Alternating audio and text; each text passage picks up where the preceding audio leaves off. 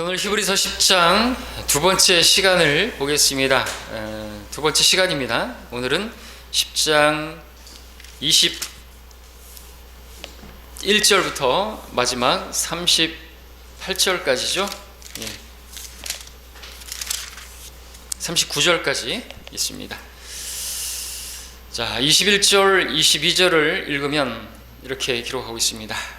또한 하나님의 집을 다스리는 대제사장이 계시니 우리가 믿음의 온전한 확신 가운데서 진실한 마음으로 다가가자.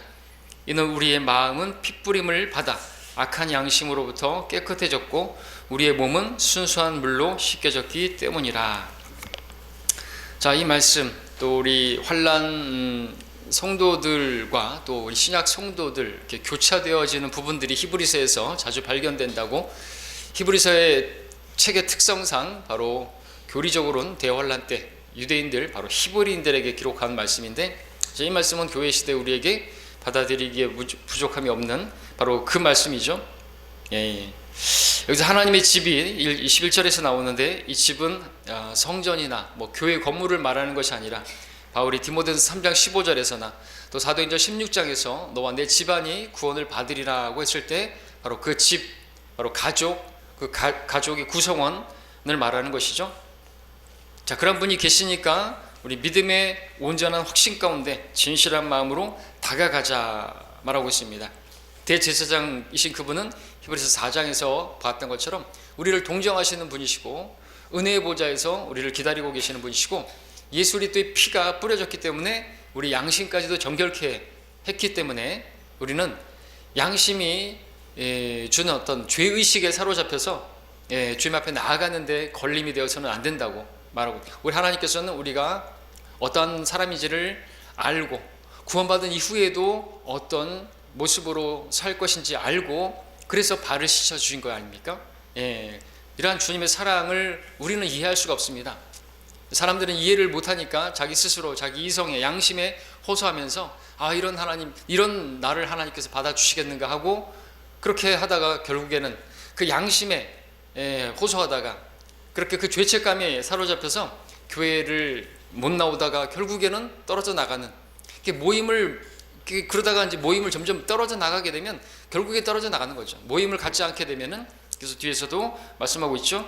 25절에서 어떤 사람들의 습관처럼 우리 자신들이 함께 모이는 것을 저버리지 말고 서로 권면하여 그날이 가까우는 것을 볼수록 그리하자 그랬습니다. 권면하되 우리 주님께서는 그렇게 그러한 죄를 위해서도 죽으셨다고, 그러니까 그 양심까지도 정결케 하셨다고, 우리 그런 사람이라고, 내 모습 이대로 주님 앞에 나오면 주님께서 받아주신다고, 이런 것을 우리가 권면하는 이런 사랑의 권면이 필요한 것이죠. 자, 그러니까 이러한 확신을 붙들어야 되는 것입니다. 대제사장이 계시는 것입니다. 진실한 마음으로. 그러나 이제 우리가 여기서 또 진실한 마음이라고 했으니까 그냥 자백만 하면은 용서하시고, 내가 양심에 이제 어떤 호소하지 말고 그 양심에 정말 꺼리끼는 그런 것이 있다 할지라도 철판 깔고 나가도 되겠다, 이런 게 아니죠. 그러니까 진실한 마음으로 나가는 것이죠. 하나님, 저 아시잖아요. 제 연약함을 아시잖아요. 제가 이 진토인 것을, 제 죄질을 아시잖아요.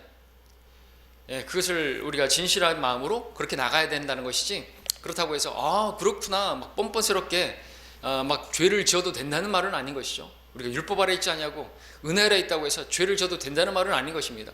예수님의 피가 우리 모든 죄들을 깨끗하게, 양심까지도 깨끗하게 했다고 해서 내가 이제는 양심을 거슬러서 내 마음대로 죄 짓고 그리고도 주님 앞에 나와도 주님은 받아주신다, 이런 식으로 생각하면 안 된다는 것이죠.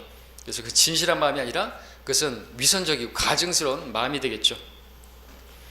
자, 우리의 마음은 핏부림을 받아서 우리 악한 양심으로부터 깨끗해졌고 우리의 몸은 순수한 물로 씻겨졌기 때문이라 말하고 있습니다. 자, 앞에서 계속해서 말했지만 구약의 희생 제사들로는 양심을 정결케 해드릴 수가 없었습니다. 예수님은 그 핏부림을 통해서 우리 양심까지도 정결케 됐습니다. 그렇기 때문에 우리는 이 확신을 가지고 진실한 마음으로 나아가면 되는 것이죠. 근데 여기서 우리 몸은 순수한 물로 씻겨졌기 때문이라는 말씀, 같은 절에서 핏부림과 피를 뿌려짐과 또 이 물로 씻겨졌다는 이 말씀을 이렇게 오해해서 카톨릭이라든지 또 장로교라든지 루터교라든지 또 성공회 등에서는 침례 대신에 세례를 주장하는데, 정당하는데 바로 이 구절을 또 사용하죠. 뿌려지는 것과 물로 깨끗해지는 것과 예수님의 핏뿌림과 그리고 물로 깨끗해지는 것, 우리가 이제 영적으로 적용한다면 예수님의 핏뿌림을 받았던 우리가 또 하나님의 말씀에 의한 물로 우리가 깨끗하게 되어지는, 하나님 아버지의 말씀은 진리이고 내가 너희에게 준 말로 인해서 너희가 깨끗하게 되었고, 이런 말씀으로 청년이 무엇으로 자기 길을 깨끗하게 할 것인가, 그죠? 주의 말씀으로, 바로 그런 말씀의 의미로 말씀하고 있는 것이죠. 그런데 이것을 세례로 적용하는 것은 안 되는 것이고, 물은 결코 우리를 깨끗하게 할 수 없어요. 침례조차도 우리 육체를 정결케 할 수 없고, 그죠? 세례는 더더욱 그러한데, 문제는 세례, 한자로 씻을 세자를 쓰고 있는 것입니다. 그건 가증한 것입니다. 세례를 받으면 뭐가 씻어진다는 거죠? 죄가 씻어진다는 것입니까? 그것은 예수님의 피를 모독하는 것이죠. 자, 근데 이 물이 몸과 양심을 정결케 씻어줄 수 있다라는 말씀이 없지 않습니다. 에스겔서 36장에 나오게 되는 말씀을 보게 되면, 그때는 대환란 이후에 천년왕국 때 바로 이스라엘이 회복될 때 그렇게 물이 그들에게 깨끗하게 함을 말씀하는 구절이 없지 않습니다. 그래서 에스겔 36장 이스라엘에게 하시는 말씀이죠. 에스겔 37장에서 뭐가 나옵니까? 마른 뼈 환상 골짜기 나오죠. 그냥 죽은 것이나 마찬가지인데 이스라엘이 회복된다는 것입니다. 근데 회복되는 때, 천년왕국 때는요, 그러한 그 물이 그들을 깨끗하게 하는 그런 말씀들이 나오는 것인데, 오늘 우리에게는 그러한 물이 우리를 깨끗하게 하는 것과는 상관이 없는 것이죠. 그래서 더더욱 히브리서는 히브리인들에게, 바로 회복되어질 왕국으로 들어가야 될 유대인들에게 지금 말씀들이 지금 적용되는 것들이 많이 발견되고 있는 것을 또 보게 되는 것이죠. 그렇다고 해서 우리가 이제 어떤 물로 깨끗하게 되어지는 것을 영적으로 적용한다면 바로 하나님의 말씀으로, 그 말씀의 물로 바로 이 교회가 정결케 되는 그 에베소서 말씀처럼 우리가 거룩하게 되어야 되겠죠. 또 우리가 거룩하게 되었기 때문에 우리가 육과 영의 모든 더러움에서 우리 자신을 깨끗하게 하자고 고린도서 7장 1절에서 바울이 말했던 것처럼 우리는 깨끗하게 될 필요가 있죠. 그래서 말씀을 읽어야 하는 것입니다. 하나님의 말씀으로 우리가 마치 물처럼 우리를 깨끗하게 하는 그런 말씀인 것이죠. 그리고 우리 자백함을 통해서 또 우리가 깨끗하게 되죠.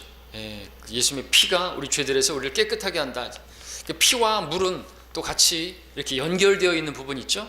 예수님께서 십자가에서 그렇게 옆구리에 창이 찔렸을 때 피와 물이 나오더라. 요한일서 5장에서는 그 피와 물이 나오게 되는 것을 또 보게 되죠. 함께 연계되는 것이죠. 깨끗하게 하는 것과 연관되어지는 거죠. 우리는 예수의 피로 깨끗하게 되었고, 또 우리는 말씀의 물로 깨끗하게 되어지는 이런 부분들에 적용은 할 수 있지만, 교리적으로는 또 바로 환란을 통과한 히브리인들이 왕국 때 그렇게 된다라는 것을 보게 되는 것이죠. 23절에 약속하신 분은 신실하시니 우리 믿음의 고백을 흔들림 없이 굳게 붙들자라고 말씀하고 있습니다. 자, 또다시 우리는 히브리서가 교회 시대와 환란 시대 과도기적인 책이라는 그 모습을, 그 내용을 보게 되는 거죠. 믿음의 고백을 흔들림 없이 굳게 붙들자. 물론 우리도 그래야 되겠죠. 교회 성도들도 그래야 되겠죠. 그런데 우리가 그 고백을 흔들림 없이 굳게 붙들지 못한다고 해서 우리는 구원을 잃어버리는 일은 전혀 없는 것이죠. 그러나 어떠한 사람들은, 어떤 시대 사람들은 그 믿음의 고백을 굳게 붙들어야 되는 것이죠. 그리고 자신이 그 믿는 바에 대한 그 고백을 고백해야 하는 것이죠. 그것이 대환란 때는 침례가 양심의 고백이라고 했잖아요. 대환란 때는 심지어 그들이 짐승의 표를 받았다 할지라도 공개적으로 침례를 받으면, 모세와 엘리야의 사역에 근거해서 그렇게 침례를 받으면 시리아 장군 나아만이 문둥병에 그렇게 걸렸다 할지라도 깨끗하게 되었던 것처럼 회복될 수가 있는데, 침례라는 것 자체는 공개적인 고백이죠. 믿음의 고백이죠. 선한 양심의 응답이죠. 그때는 그것이 필요한 것입니다. 고백을 붙들어야 되는 거죠. 자기가 예수님을 믿는다라고 하는, 지금 우리도 고백을 붙들어야 되겠지만 그 시인하는 것이 너무나 필요한 것이죠. 그때 시인하지 않으면 주님께서도 그를 시인하지 않는 것이죠. 하나님을, 나를 시인하는 자는 내가 시인할 것이요. 바로 그때는 정말 그렇게 되는 거죠. 이것은 히브리서 우리 앞에 3장 14절에서 봤던 그 말씀과 연결되는 거죠.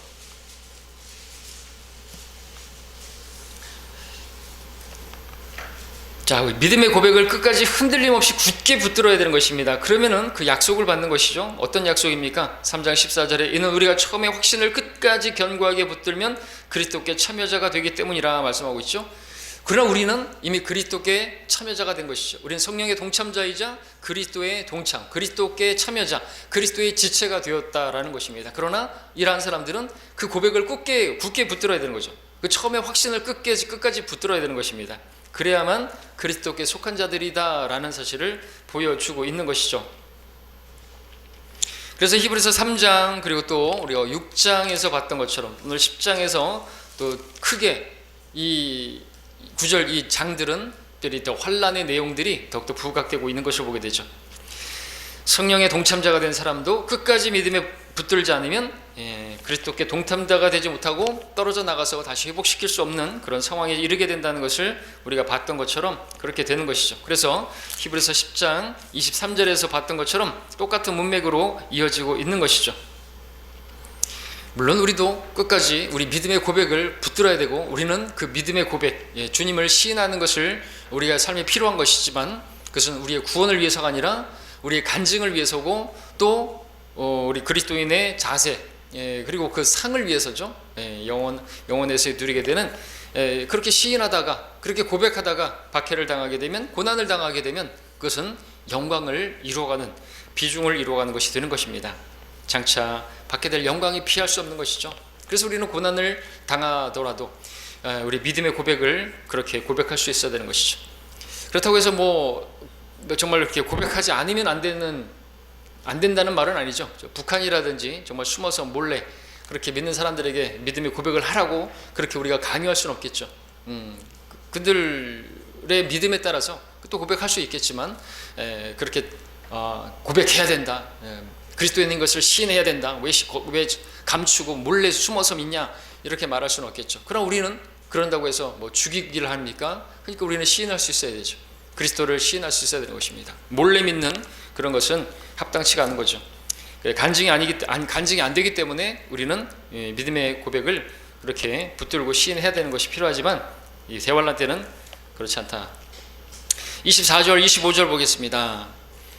또 서로 생각하여 사랑과 선행을 격려하며 어떤 사람들의 습관처럼 우리 자신들이 함께 모이는 것을 저버리지 말고 서로 권면하여 그날이 가까우는 것을 볼수록 더욱 그리하자 말씀하고 있습니다.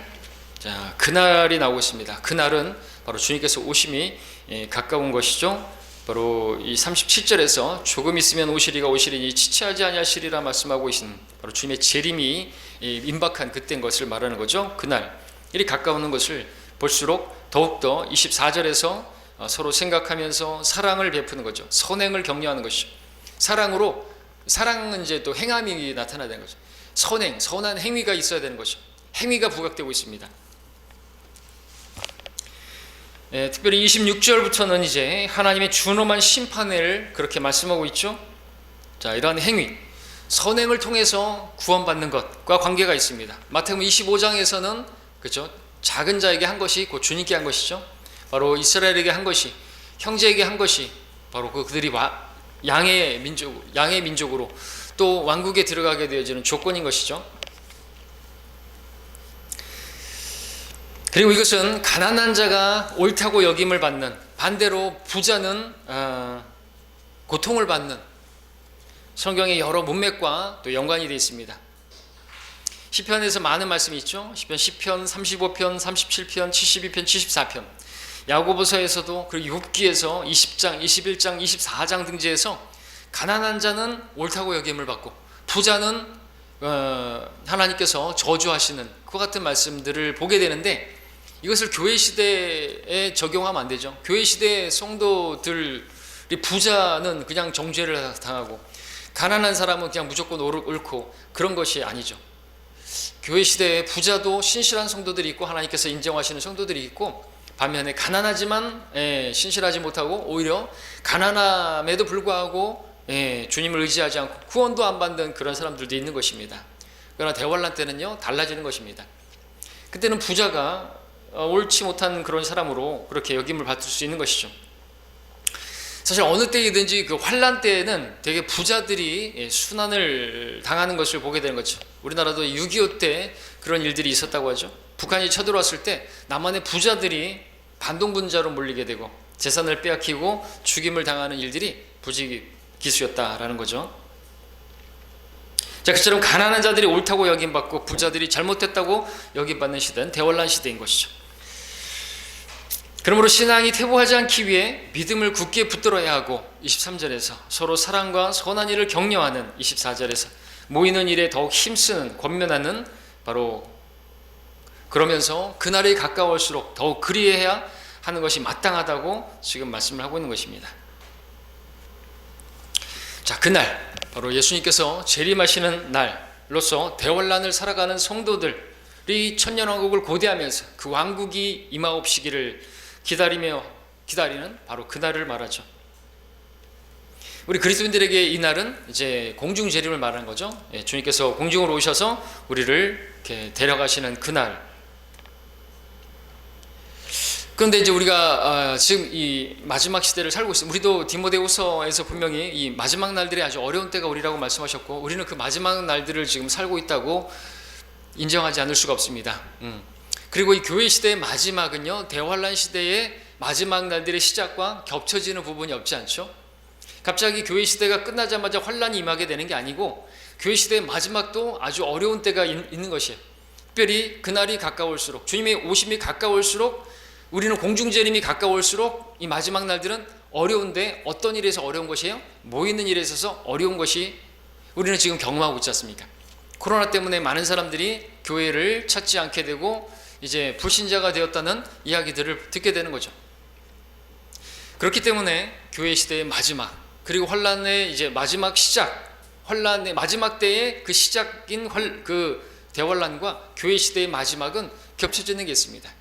그래서 대환란의 시작 전에 우리는 지진이라든지 기근이라든지 전염병이라든지 이러한 것들을 우리가 이제 보게 될 것입니다. 아주 어려운 때를 우리가 살게 될 것입니다.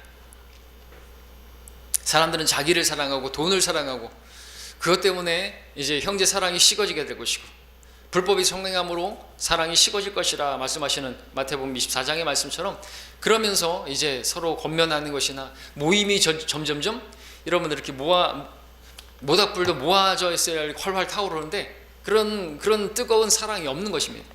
형제를 향해서 뜨겁게 사랑하는 것이 없으니까 정죄하고 작은 일에도 고소하고 비난하고 하면서 교회가 아주 엉망이 되어버리는 것이죠.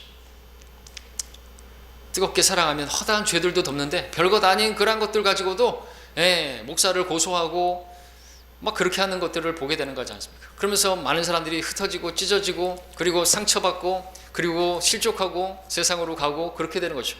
마귀가 하는 것입니다. 성경대로 해야죠. 성경대로.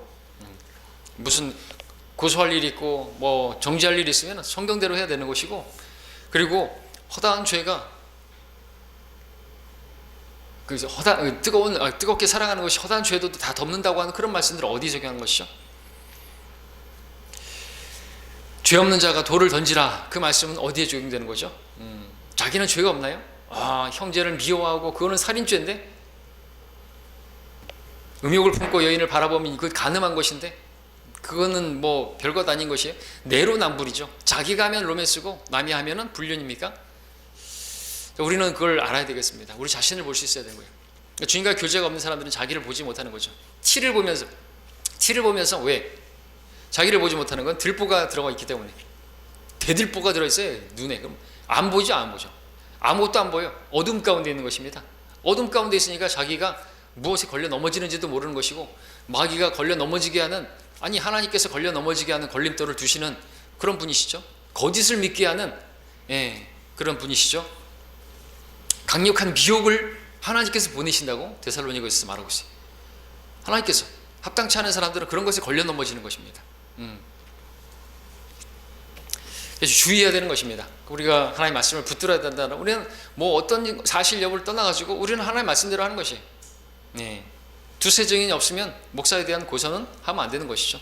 우리는 그걸 붙들고 가는 것이에요. 그러면 주님께서 우리 심판하실 때 잘했다고 하시겠지, 뭐 너는 정황상 뭐 이런 걸 물으시지 않는단 말이죠. 자, 우리는 그것을 잘 알아야 되는 것입니다.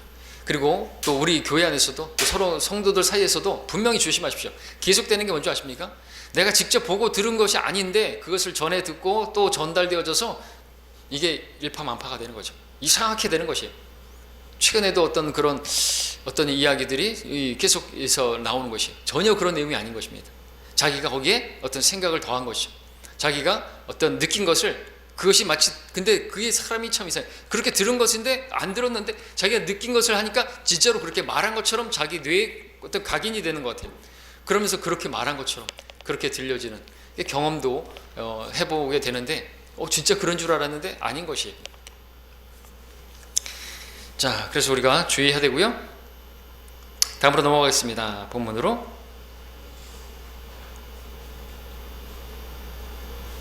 자, 그래서 대환란의 어려움은요, 교회 시대가 갑자기 끝나고 갑자기 나타나는 것이 아니라 교회 시대의 마지막 날부터 사실은 환란이라고 말할 수 있죠. 어려운 때라고 말할 수 있죠. 환란이라고 말하기보다 환난이 더 심해질 것입니다.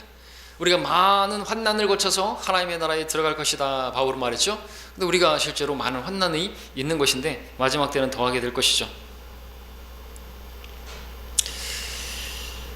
그리고 이 데살로니가후서 2장에서는 불법의 신비가 이미 활동하고 있다고 했죠. 그러나 막는 자가 있어서 근데 이제 지금 이미 활동하고 있다. 지금이 마지막 때라고 한다면 이제 곧 대환란이 시작된다고 한다면 지금 적그리스도가 어딘가 있을 거예요. 그렇죠?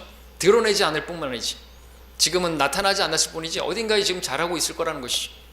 그도 예수님을 모방하는 자라고 한다면 30세의 사역을 시작할까요? 그리고 3년 반 동안 그렇게 사역을 하겠죠? 그렇다면 지금 어딘가에 자라고 있을 것입니다. 있어요. 그렇죠? 적그리스도, 육화한 사탄이죠. 자, 26절을 보겠습니다. 26절 소제목에는 뭐라고 붙었습니까? 환란 시대의 구원의 조건부적인 성격이라고 했습니다. 그러니까 환란 시대의 구원은요, 조건적인 것이든 거죠. 그 조건적인 내용이 나오는데, 이는 우리가 진리의 지식을 받고 난 후에도 고의적으로 죄를 지으면 더 이상 죄들을 위한 희생제가 남아있지 아니하고 라고 말씀하고 있습니다. 자, 더 이상의 어떤 하나님의 받으시는 제사가 남아있지 않다.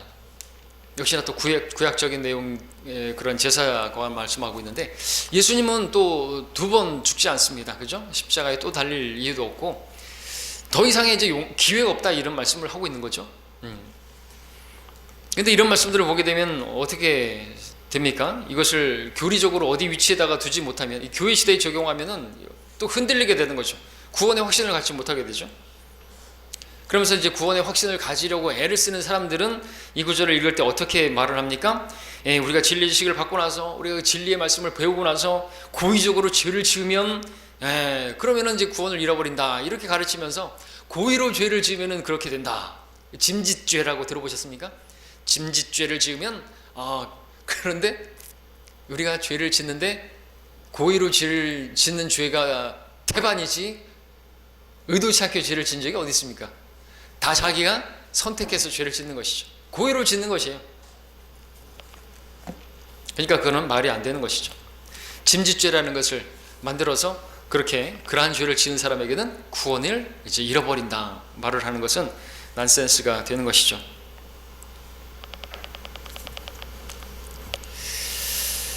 자, 이 말씀은 우리가 히브리서 6장에서 배웠던 그 말씀과 또 연결되죠. 우리 함께 6장 4절부터 6절까지를 다시 한번 보죠. 진리 지식을 받고 나서 우리가 그 하나님의 선한 말씀을 받고 나서 능력을 맛보고 그랬는데 5절에서 6절에 보니까 만약 떨어져 나간다면 다시 새롭게 하여 회개시킬 수가 없나니 이는 그들이 스스로 하나님의 아들을 다시 십자가에 못 박아 공개적으로 조롱함이라는 말씀을 보게 되는 것이죠. 그리고 다시 29절 히브리서 10장 29절에서 보시면은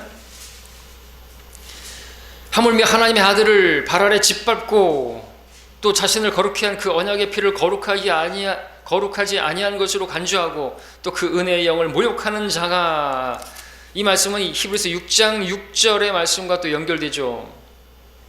이는 그들이 스스로 하나님의 아들을 다시 십자가에 못 박아 공개적으로 조롱함이라, 이 말씀과 일맥상통한 말씀이죠.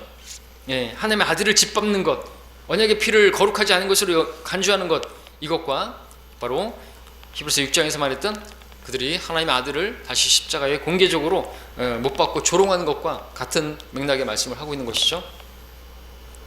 그럼 여기서 말하는 말씀들은 대환란 때 구원받은 사람들이 어떤 죄를 지어서 구원에서 떨어져 나가는 것을 말하는 것이다, 그것이죠.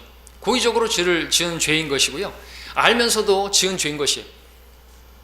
알면서도 예수님께서 이미 오셨고 그들이 거부했음에도 불구하고, 그래서 환난을 겪고 있음에도 불구하고 정신을 못 차리고 또 죄를 짓는 것이, 그때 가장 큰 죄는 적그리스도를 그리스도로 받아들이는 거죠. 그 적그리스도에게 입맞추는 것입니다. 아니, 적그리스도가 그에게 입맞추는 것이죠. 여러분, 교황이 어디다 입맞춰요? 오른손이나 이마에 입맞추는 것을 보게 되죠. 그것은 짐승의 표를 받는 것이, 그 적그리스도는 짐승인 것입니다. 적그리스도가 짐승이에요. 다른 게 짐승의 표가 아니고. 그래서 배반하는 거죠. 배반. 정신을 못 차리고 그때에도. 그래서 27절에서는 10장 27절에서는 그들이 이제 그렇게 되면은 떨어져 나가면 하나님의 아들을 다시 공개적으로 조롱하게 되는 것은 다만 대적하는 자들을 집어삼킬 하나님의 그 심판을, 맹렬한 그 분노를 이제 두려운 마음으로 기다리는 것만 남아있는 것뿐인 것이에요. 우리가 고의적으로 죄를 지었다고 해서 하나님의 맹렬한 심판을 우리가 기다리는 그런 사람들입니까? 아니죠. 우리는 그래도 그리스도의 심판석을 기다리는 사람들이죠.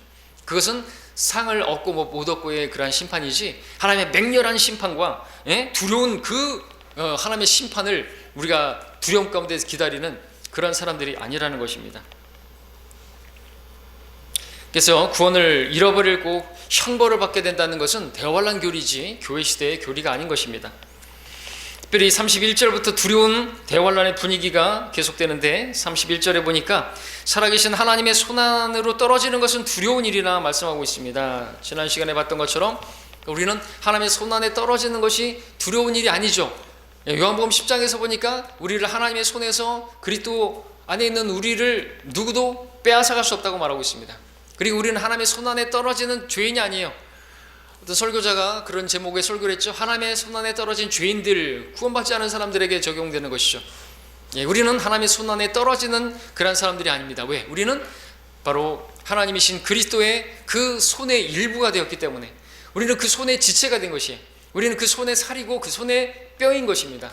바로 우리는 주님의 몸을 이룬 사람들이기 때문에 그 손이면 우리는 주님의 손이지, 손 안에 떨어지는 그러한 일은 없는 것입니다. 어떤 사람 근데 그 손 안에 떨어지는 게 아주 두려운 일인데, 우리는 심지어 우리 손 안에 떨어진다 할지라도 그거는 안전한 손이죠. 주님께서 우리를 받아줄 수 있는 손이죠.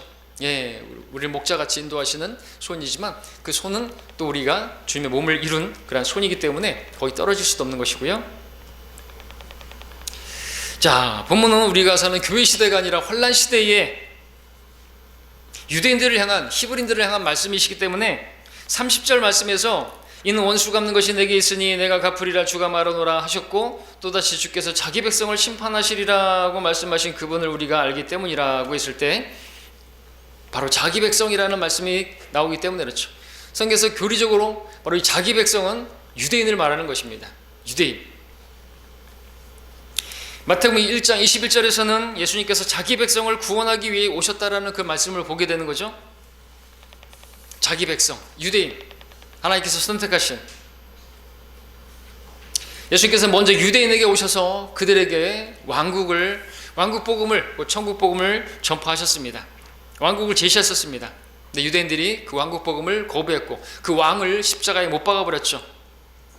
그래서 하나님의 그 왕국은 이제 2000년 뒤로 연기가 된 것이고, 지금 2020년 동안 그 왕국이 연기가 되고 있는 것입니다. 그때 받아들였다면 그때 왕국이, 바로 천국이 임했겠죠. 그러나 그들이 거부함으로 인해서 이제 이방인들에게 복음이 이제 전해지게 된 것입니다. 요한복음 1장 12절에서 뭐라고 말하고 있습니까? 요한복음 1장에서 함께 보죠. 요한복음 1장, 요한복음 11절, 보고자 하는 것은 자기 백성, 교리적으로 이스라엘을 말합니다. 1장 12절에 그가 자기 백성에게 오셨으나 자기 백성이 그를 영접하지 아니하더라. 그래서 어떻게 해요? 그러나 이제 누구든지요 그를 영접하면요 하나님의 아들들이 되는 권세를 주어지게 된 것이죠. 자기 백성이 누구예요? 분명히 이스라엘을 말하는 것이죠. 마태복음 1장도 볼까요? 마태복음 1장 21절에서도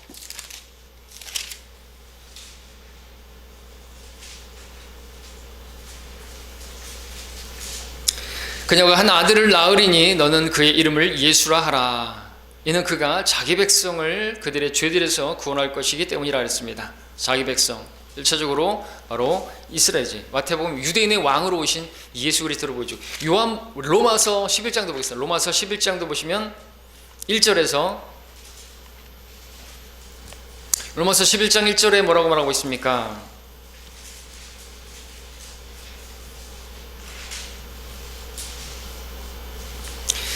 그렇다면 내가 말하노니 하나님께서 자기 백성을 버리셨느냐? 자기 백성이 누구죠? 이스라엘이죠. 이 로마서 11장은 바로 이스라엘의 회복을 가르쳐주고 있는 중요한 장입니다. 결코 그럴 수 없느니라, 결코 그럴 수 없느니라. 이스라엘을 버리신 게 아니에요. 그러면서 자기들이 영적 이스라엘이네 그러면서 히브리서를 자기네들에게 교리적으로 받아들이면 안 되는 거죠. 그러면 머리 아프게 되는 것입니다. 결코 그럴 수 없느니라. 나도 이스라엘이니요. 바울이 말하고 있습니다. 바울은 이스라엘이죠. 베냐민 지파죠. 자, 그러한 바울, 그러면서 자기 백성이 뭐예요? 이스라엘이라고 말씀하고 있는 것입니다. 그래서 오늘 이 히브리서 10장에 나오고 있는 지금 이 본문의 말씀, 그래서 자기 백성을 통해서 우리는 여전히 또 이 히브리서가 바로 히브리인들, 유대인들을 향하고 있음을 보게 되는 거죠. 대환란 때 하나님께서는요 유대인들을 다루시는 거예요. 그러니까 대환란은 유대인들을 위한 환란 때입니다. 그래서 예레미야 30장 7절에서 뭐라고 말합니까? 슬퍼도다 그날이 크므로 어떤 때도 그와 같이 않나니 그날은 야곱의 고난의 때라. 야곱이 뭐예요? 야곱의 이름이 어떻게 바뀌었죠? 이스라엘로. 이스라엘의 고난의 때라고 말하고 있습니다. 주님께서도 그날을 생각하면 실신할 정도로 이 세상이 시작된 이래로 그와 같은 고난의 때는 없다고 말씀하셨는데, 예레미야 30장 7절에서도 그날이 크므로 어떤 때도 그와 같지 않나니 그날은 야곱의 고난의 때라. 바로 이스라엘의 고난의 때라. 유대인들이 고난받게 되어지는. 왜? 그들이 예수님을 십자가에 못 박았잖아요. 십자가에 못 박으셔서 왕을 못 박은 것이에요. 하나님을 못 박은 것이 엄청난 죄인 것이에요. 그래서 그들은 그들의 그 경건치 아니함이 죄거가 되는 로마서 11장에서 그러고 나서 시온에서 구원자가 오셔서 그들을 회복시켜 주시는 그 말씀이 로마서 11장 말씀인 것이죠.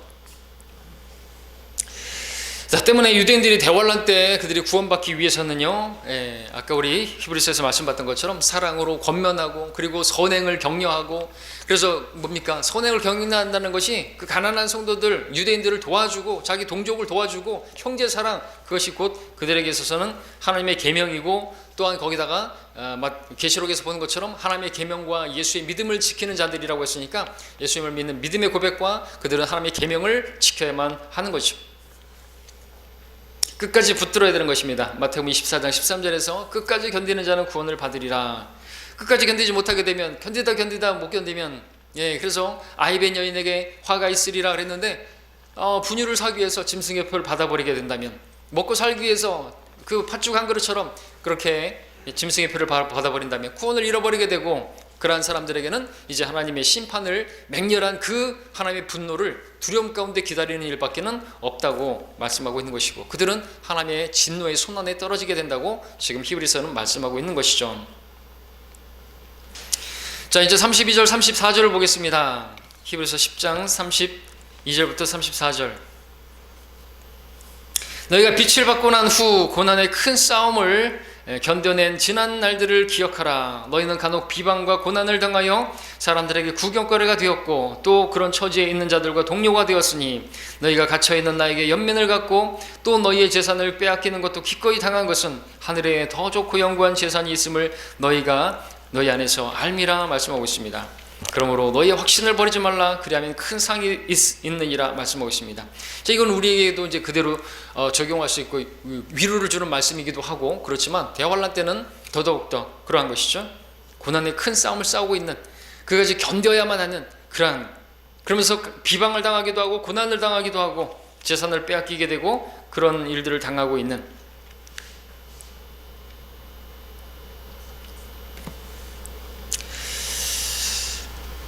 그런 내용들을 보게 됩니다. 자, 여기서 말하는 인내의 행위들은요, 영적으로는 교회 시대의 성도들에게도 적용이 분명히 되지만 대환란 때는 더욱더 그러하다라는 것이죠. 실제로 막 그렇게 빼앗기고 그런 일들을 당하는 것입니다. 물론 교회사 기간에도 재산을 빼앗기는 또 구경거리가 되는 또 사도 바울도 자기가 갇혀있는 나에게라고 했는데 바울도 그렇게 감옥에 갇히기도 했고 했던 것이죠. 그러나 이제 유대인들은 실제로 그런 일이 벌어지게 되는 것이죠. 그래서 감옥에 갇혔을 때 그렇게 무난하고 마태복음 25장에서 말씀하셨지 않습니까? 그래서 그 이방인들 같은 경우에는 유대인들이 감옥에 갇히면 가서 문안해주고 사식도 넣어주고 그렇게 함으로써 유대인들을 잘 대해줌으로써 양의 민족이 되어서 왕국으로 들어가는 그런 상황입니다. 37절 38절 보겠습니다. 이제 의인은 37절 조금 있으면 오시리니 지체하지 아니하시리라. 이제 의인은 믿음으로 말미암아 살리라. 그러나 누구라도 뒤로 물러나면 내 혼이 그를 기뻐하지 아니하리라. 자, 여기 38절에서 믿음으로 말미암아 사는 의인이 떨어져 나가는 모습을 볼 수 있습니다. 그래서 교리적으로 이 사람들은 구원을 잃어버릴 수 있는 대환란, 바로 그 가운데 환란 성도들인 것이죠. 구원을 잃어버리면 이제 환란 성도가 아니죠. 환란 때 잃어버려지는 그러한 죄인이 되는 것이죠. 그래서 사도 바울은 이들에게 의인은 믿음으로 사는 것이다. 그러므로 조금 있으면 오시니 지체하지 아니하실 것이다. 그러니까 고난을 당하고 비방을 당하고 구경거리가 되고 재산을 빼앗기고 그렇더라도 믿음을 굳게 붙들고 결코 뒤로 물러나지 말라, 실족하지 말라고 격려하고 있는 것이죠. 이러한 행위들은 환란 시대 성도들의 바로 구원과 관련이 되어 있는 것입니다. 환란 시대에는요, 구원이 선물이 아니라 뭐라고 그래요? 상인 것이죠. 그래서 끝까지 붙들어야만 그들이 상을 받는 것입니다.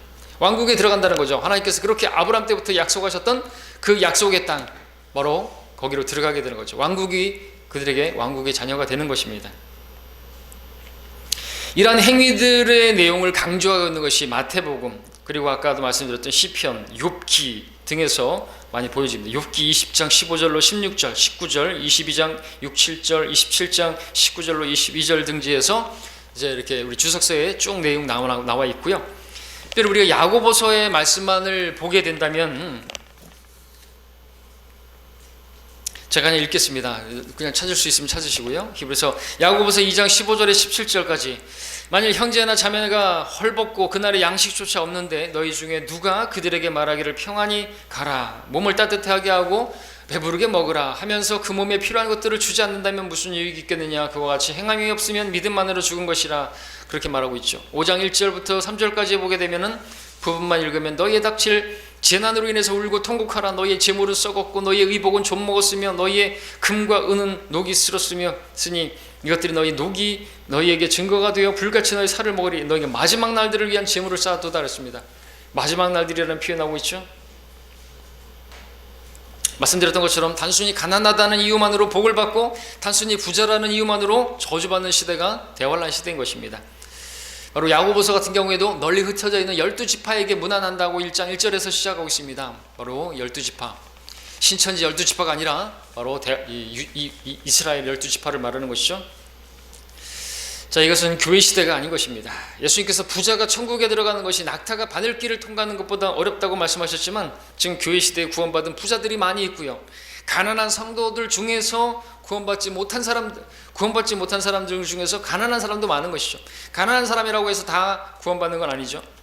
교회 시대는 부자라고 해서 악이 될 수 없고 가난하다고 해서 선이 될 수는 없는 것입니다. 물론 가난한 사람이 부자보다는 복음을 받아들이기가 더 쉬울 수는 있겠지만 항상 그런 것만은 아닐 수가 있습니다. 가난함에도 불구하고 병들었음에 아픔에도 불구하고 여전히 완악하게 예수님을 거부하는 사람들이 있습니다. 부자라는 이유만으로 저주를 당하고 고난을 당하는 때는 대환란 시대입니다. 대환란 때 부자는요, 누가복음 16장에 나오는 그 부자가 갔던 곳으로 지옥으로 가게 될 것입니다. 대환란 때 가난한 자는요, 누가복음 16장에 그 거지, 그 가난한 나사로가 갔던 그 낙원으로 가게 될 것이죠. 그 모습은 바로 대환란 때 그대로 이루어지게 되는 거죠. 그래서 대환란 때 부자가 되는 건 곧 저주받는 것을 의미하는 것이, 왜? 자기만 그렇게, 그 누가복음 16장에 그 부자는 어떻게 한 것이, 가난한 그 자기 형제를 사랑하지 않고 자기를 돌봐주지 않고 맨날 자기 연락을 베풀고 잔치를 베풀면서 자기 혼자서 먹고 마시고 그랬잖아요. 그 형제 사랑이 아닌 거죠. 대환란 때는 그는 교리가 되는 것입니다. 그야말로. 구약에서도 마찬가지죠. 하나님의 계명은 두 가지로 요약되죠. 하나님을 사랑하고 형제를 사랑하고 이웃을 사랑하는 거죠. 우리가 근데 이웃을 사랑하지 않았다고 해서 우리가 구원을 잃어버리지는 않습니다. 대환란 때는 그것이 다시 부활되는 것입니다. 자, 마지막 날들을 사는, 히브리서 1장 2절에서도 마지막 날들에라고 말하고 있는데 히브리인들을 겨냥하고 있는 것이고, 히브리인의 저자인, 지금 이 히브리서의 저자인 사도 바울은 지금 감옥에 있는 것이고, 34절에서 그렇게 말하고 있는 것이죠. 그리고 그는 이 편지를 받는 사람들에 의해서 섬김을 받고 있고요. 그들은 히브리인들입니다. 그들에게는 인내가 무엇보다도 필요한 것이죠. 그래서 36절에서 너에게 인내가 필요하다고 말하고 있고요. 그 인내에 대해서 강조하고 있는 책이 바로 야고보서 아닙니까? 야고보서는 흩어져 있는 12지파에게 야고보가 기록하고 있는 것이고요. 야고보서 1장에서는 너희의 믿음의 시련이 인내를 만들어내 줄 알림이라, 인내를 온전히 이루라, 너희가 온전히 잘 갖춰지고 부족함이 없게 하렴이라, 견디어내는 자들이 복 있는 사람으로 여기라니 너희가 욥의 인내를 들었고 주의 결말을 보았거니와 주는 심히 인정이 많으시고 자비로우시니라. 욥을 얘기하고 있습니다. 욥, 주의 결말을 보았거니와 하나님께서 회복시켜주는 걸 보게 되죠. 욥의 자식들도 죽었는데 부활되는 걸 보죠. 이스라엘이 회복되는 거예요. 에스겔 37장에 그 재밌는 것은 욥기가 또 몇 장으로 돼 있어요? 42장, 42달, 3년 반. 재밌죠? 네. 엄청난 시련을 당하죠. 욥이 고난을 당하죠. 그와 같은 고난을 누가 당했겠습니까? 하나님 말씀은 정말 놀라운 책인 것이죠. 마지막 날들을 경고하고 있습니다. 야고보서 5장에서 주의 결말을 보았거니와 말하고 있습니다. 회복된다는 것이죠. 37절은 이 상황이 주님의 재림이 가까운 상이라는 것을 보여주고 있고요.